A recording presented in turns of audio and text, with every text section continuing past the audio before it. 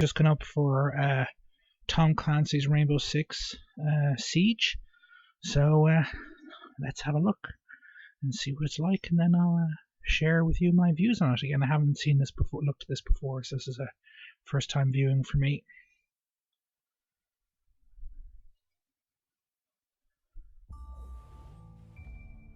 Ubisoft. Rainbow Six. Experts in close quarters battle and hostage rescue. Assembled from special forces teams around the world. The counter-terrorism units. Somehow I don't think the Russians will be playing.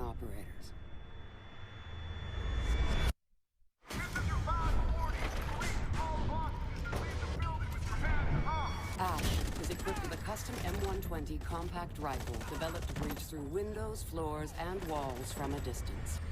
When Ash knocks, better seek shelter. I got it. That's cool. Sensor activated. Pulse is capable of tracking suspects' heartbeats wherever they hide. Target down. Pretty lethal for a biometrics genius. Targets in sight.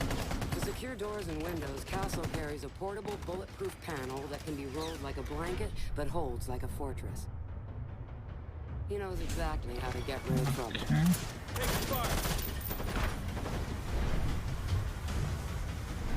Equipped with the Brimstone. Ready. A remote detonable rolling mat. Thermite can cut metal like butter. You gotta love chemistry. Okay. I got visual.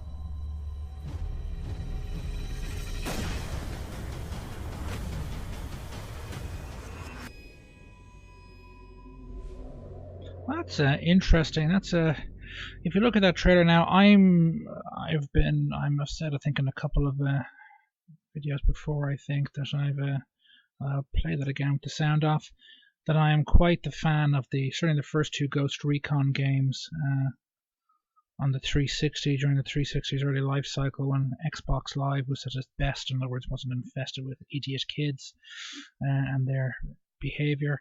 Well, this bit here clearly certainly provides a piece of information certainly I wasn't previously aware of, which is that they appear to be having different teams that you can select from different countries: America, France, the UK, somewhat problematically Russia, because, you know, if there are Russian Spetsnaz forces, for those who may not be paying attention to global affairs that much, there is a war going on in Ukraine as we speak, and I can guarantee you that a lot of the local quote-unquote rebels, that the Russians they're getting troops, they're getting help from, I'd say a good chunk of those are Spetsnaz special forces. So this is a bit of a interesting thing. I wonder how the Ukrainians, or even dare I say the French government, because Ubisoft is a French company, will react to this.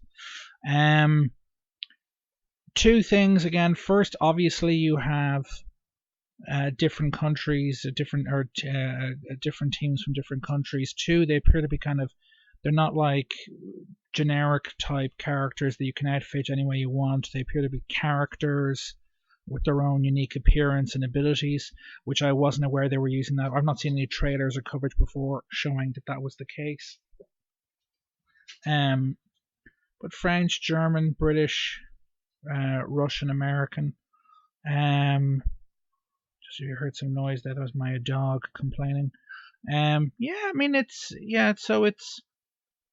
may be less, you know, as a game. I don't know if there'll be any kind of character customization at all, or if it's going to be, again, it's kind of MOBA-esque in the sense that, yeah, each character is like, you know, specific characteristics or abilities and can be used, you know, is really intended to be used in a very specific way. I'm not sure what I think about that. I mean, it has the potential to have advantages. I assume this means that each national team has different characters or different abilities, but then the question becomes, you know, can you mix and match? Can you pick a character from one particular country, let's say Russian Spetsnaz, and then another team member pick one from the FBI, from the US, or GIGN from France? So you could have one player playing a French character, one player playing an American character, and one player playing a Russian character, another player playing a German character. That would be interesting. If, however, it's kind of you can only play as one specific country at a time. Maybe the maps are country specific. That's less flexible. And if it turns out that it's just a case of, the one concern I would have is that it'd be, if it on the surface it looks great from a kind of a diversity of characters and what they can do in play styles, but if it turns out that it's just, effectively each country has, 4 characters you can pick from, and they're all effectively different variations on the same thing. So you have one female character in each team who can fire, has a grenade launcher like the American team has. That wouldn't be so good in my view. Again, the Russian thing, Spatnaz thing, could be, considering current events, a bit problematic, particularly if things have quieted down a bit in Ukraine, but they haven't stopped, and they may well escalate in the future. If this game comes out near the end of the year, and at the same time there's footage on TV of Russian tanks rolling into Kiev, Ukraine's capital, that'll be very problematic for Ubisoft indeed, I would think. But yeah, I've been looking for. I haven't, as I've said previously, one of my previous videos, I didn't buy last year's Call of Duty, so I'm in the market for kind of an FPS, and I'm very fond of the first 2 Ghost Recon games. So a more tactical type game would push my buttons most definitely.